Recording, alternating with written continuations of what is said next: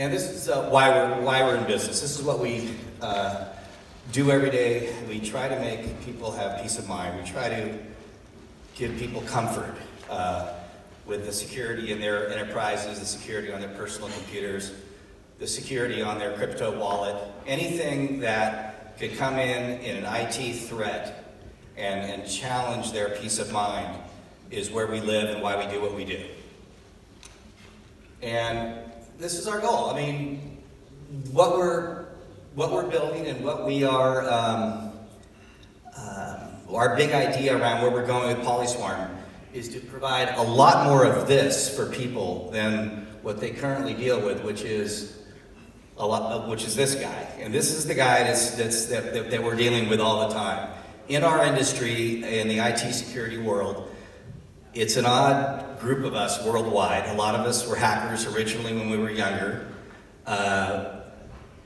Where malware solutions and threat detection comes from is often the same place where malware comes from. It's all part of the same fraternity of IT security people worldwide. Good guys and bad guys, black hats and white hats.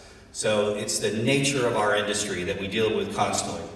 And we want to have a lot less of this by allowing you to know what the situation is before you click on something.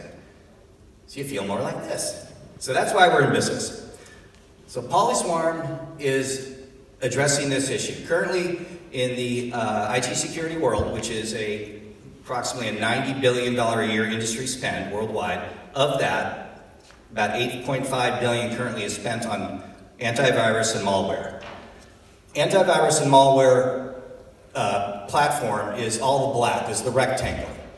All of the big AV companies in the world, McAfee, Symantec, Palo Alto Networks, the other 57 AV companies in the world, are represented by the circles in this Venn diagram. They do a good job of about 70% of stuff. They tackle the big problems, occasionally miss the big problems like the WannaCry virus.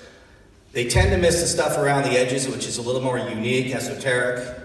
They all have a problem, and they all are open about this. I mean, they don't advertise it that much, but in the industry, they know they have a problem of timing. So they're covering something that's in those circles, but it may not be up in their product for a day, an hour, a week, sometimes a month, depending on when they get to it and how important they think it is. What we propose is this. We're going to build a decentralized IT security marketplace, which is fundamental to what the smart contract allows us to do now. When we saw that a couple years ago, we go, wow, we can actually do this. The smart contract and cryptocurrency does two things for us. One, it allows us to design a marketplace where we knit all the expertise. Each little poly quadrant there, each little piece is somebody like us, somebody around the world who has a particular expertise, like scanning a PDF all day long for artifacts, for signatures of a malware or virus. We're going to knit it all together using the smart contract. We're going to build it with lots of levers. We're using game theory. We're using prediction market techniques. It's a much bigger discussion, but happy to have that with any IT security people that are interested in that. We have a lot of thinking going into that because one of the big issues in our industry, of course, is having people behave well and incentivizing them or promoting them in the right way to be good guys. There are some big challenges in that. We're addressing that as well. The two big challenges are good guys that decide to turn bad and nation-state-backed hackers, which is a very big problem. But we have a lot of things we're working on, and we have a lot of things that are going to work. It's not perfect yet, but we are addressing that part of it as well.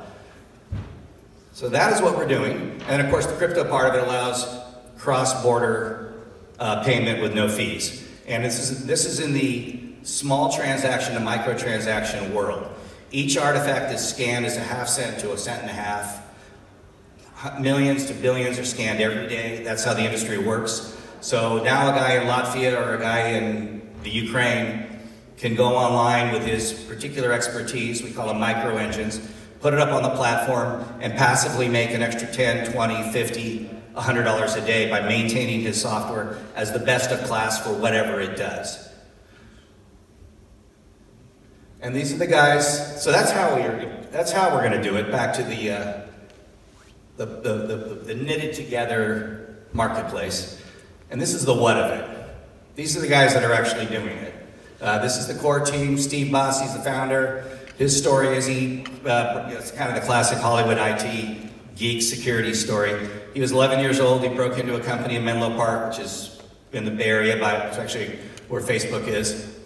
And then the company caught him and then had him come to work at 11 years old as an intern for the summer to help their IT department improve their security.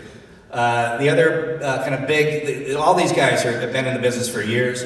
Paul Mikowski is one of he is our CTO.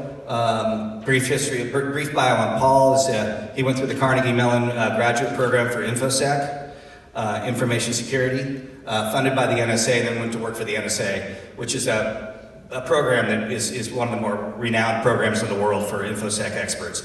And Paul's a big architect for our marketplace.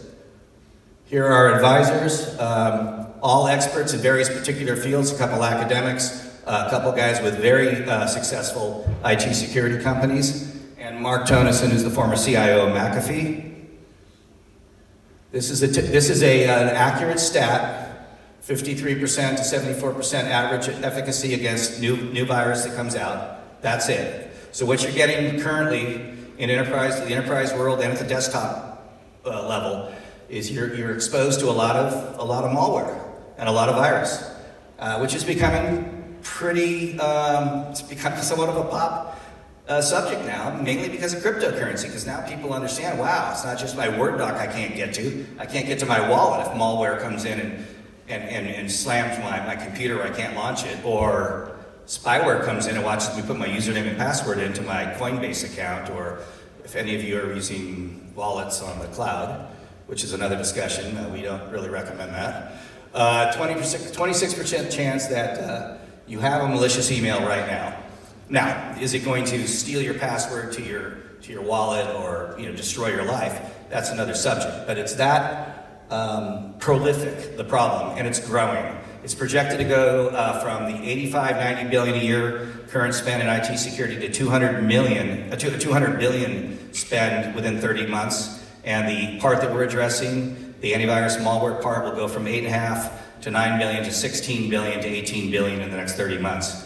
The consumers, or the people that will consume the threat intelligence from the marketplace we're building, are the AV companies themselves. McAfee did a really nice blog post on us. We're talking to Symantec. The lead architect for a product called Wildfire from Palo Alto Networks is joining us next month. We're not competing with anyone. The big enterprises and the AV companies see us as a valued resource. It's a way for them to, and we're open sourcing everything, it's a way for them to plug into a couple thousand guys like us around the world that are all knitted together, that are behaving better than they currently behave, and the threat detection quality of that threat detection content is they can pull into their products, improve the quality of their product, and then pump it out to the thousands and thousands of customers they have worldwide. So no one sees us as we're not trying to disrupt, we're a value add. And the way the industry currently works is they're already using contractors. We're just going to provide a lot of contractors in one place and get everybody behaving well. And our token will help facilitate that. That's why we're doing a token. We're doing a token so that we have a closed system to help facilitate that behavior. People like McAfee will use fiat to ether to the token and consume that threat intelligence into their product. And then IT experts in Latvia, Ukraine, or Menlo Park will have a way to use the token to provide value to themselves, convert it to ETH, convert it to fiat. That's how the system works with the token.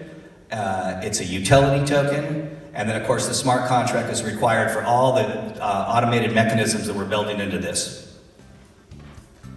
And that's what we're doing.